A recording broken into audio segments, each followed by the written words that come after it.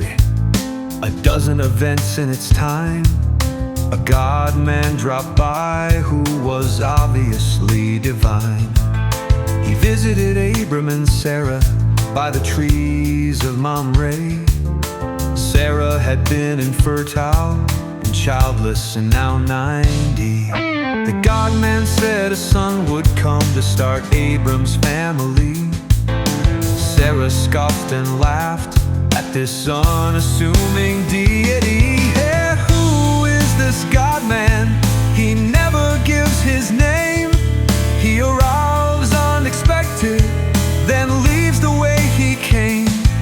He prophesies the future. He accepts worship of being God, but he doesn't get too pushy. Just come by to give a prod. The God-man visited Abram's family across 1,000 years. Sarah's servant twice to help allay her fears. Sarah's son Isaac was visited twice in his life, told his descendants would number more than stars in the sky. Sarah's grandson Jacob got 2 visits as well, wrestling the God-man all night but limping from his farewell. Hey, who is this God-man? He never gives his name. He arrives unexpected, then leaves the way he came. He prophesies the future. He accepts worship of being God, but he doesn't get too pushy. Just come by to give a prod.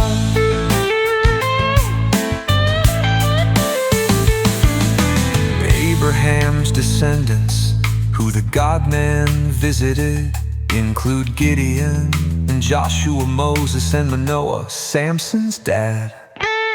When 3 friends of prophet Daniel were thrown into a fire, the God-man appeared with them. They weren't burnt nor their attire. Hey, who is this God-man? He never gives his name. He arrives unexpected, then leaves the way he came. He prophesies the future. He accepts worship of being God, but he doesn't get too pushy. Just come by to give a prod. Then for 400 years, no God-man or prophet spoke, till a voice came from the wilderness, from a locust-eating bloke. He was the precursor, preparing the way for the God-man to live among us and put his God credentials on display.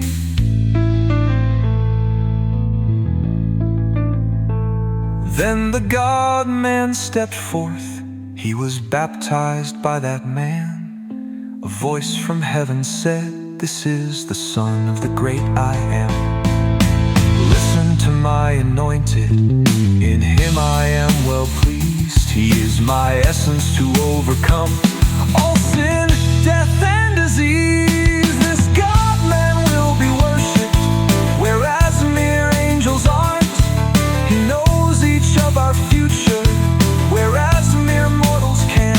He is historically anointed, the one the Father is well pleased, with the power to reverse all sin, death, and disease."